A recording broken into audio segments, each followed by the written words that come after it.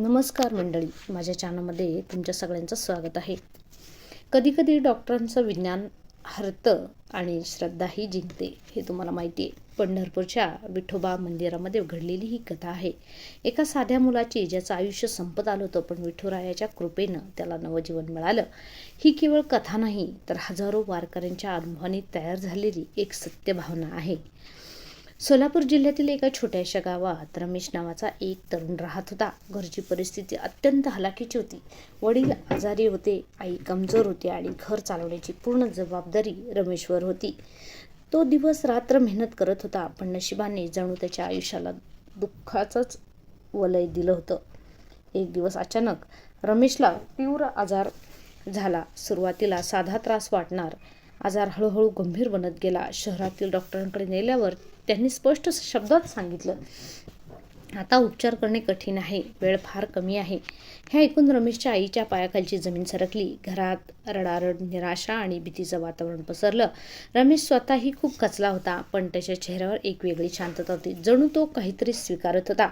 त्या दिवसात गावात आषाढी एकादशी वारीची तयारी सुरू झाली होती. वारकरी टाळ मृदंग वाजवत विठ्ठल विठ्ठल म्हणत पंढरपूरच्या दिशेने निघाले होते. तो आवाज, ती भक्त आणि ती भक्ती, तो उत्साह, हे सगळं पाहून रमेशच्या आईच्या मनात एक आशेचा किरण निर्माण झाला. ती रमेशला म्हणाली, बाळा, एकदा तरी आपण आपल्या विठुरायाकडे जाऊया. डॉक्टरांनी काय सांगितलं ते मला माहिती आहे, पण देवावर विश्वास ठेवूया. रमेश काही क्षण शांत राहिला आणि मग हलक्या आवाजात म्हणाला, आई, जर माझं आयुष्य संपणार असेल तर मला शेवटचा श्वास विठुरायाच्या चरणी घ्यायचा आहे. रमेश आणि त्याची आई वारकऱ्यांसोबत पंढरपूरकडे निघाले आणि उन्हाची काहिली, पावसाची सरी, थकवा सगळं सहन करत ते चालत होते. अनेक वेळा रमेश थकून बसायचा, पण ज्ञानोबा, माऊली, तुकाराम या घोषणांनी त्याला पुन्हा पुन्हा उभं केलं. आणि रस्त्यात काही लोक त्याला विचारायचे, इतक्या आजारी अवस्थेत का चालतोस? रमेश फक्त एकच उत्तर द्यायचा, माझा विठोबा मला बोलवतोय.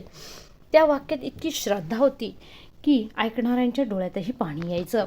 शेवटी ते पंढरपूर येथे पोचले. लाखो भक्तांच्या गर्दीतून वाट काढत ते मंदिरात गेले.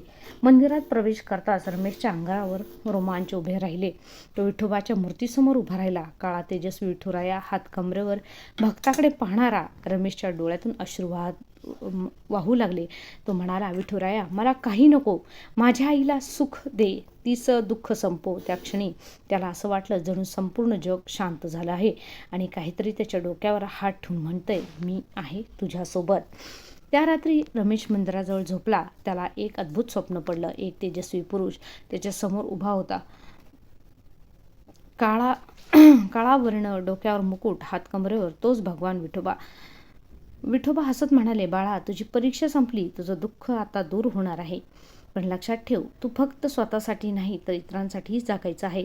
रमेश दचकून जागा झाला. घामाने अंग ओलं झालं होतं, पण मनात एक अजब शांतता होती. दुसऱ्या दिवशी रमेशला जाणवलं, त्याच्या शरीरात ताकद वाढली आहे, दुखणं कमी झालं आहे. घरी परतल्यावर डॉक्टरांनी तपासणी केली आणि ते थक्क झाले. हे कसं शक्य आहे? तुझा आजार जवळजवळ पूर्णपणे नाहीसा झाला आहे. आई आनंदाने रडू लागली आणि रमेश फक्त विठुरायाचं नाव घेत होता.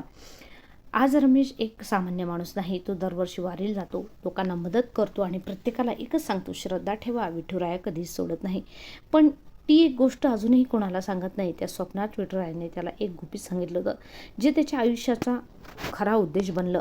ते गुपित काय होतं? कदाचित येणाऱ्या काळामध्येच ते उलगडणार असेल. आणि तुमचा श्रद्धा आणि विश्वास जर विठुरायावर असेल तर तुम्ही भक्तिभावाने पंढरपूरला नक्की विठोबारायाचं दर्शन घ्यायला नक्की जा. आणि ही कथा आवडल्यास माझ्या अश्विनी स्टोरीज वर्ल्ड ह्या माझ्या यूट्यूब चॅनलला लाईक, शेअर, सबस्क्राईब करायला मात्र विसरू नका. भेटूया नेक्स्ट व्हिडिओमध्ये, लाईव्हमध्ये लवकरच. तोपर्यंत सर्वांना धन्यवाद.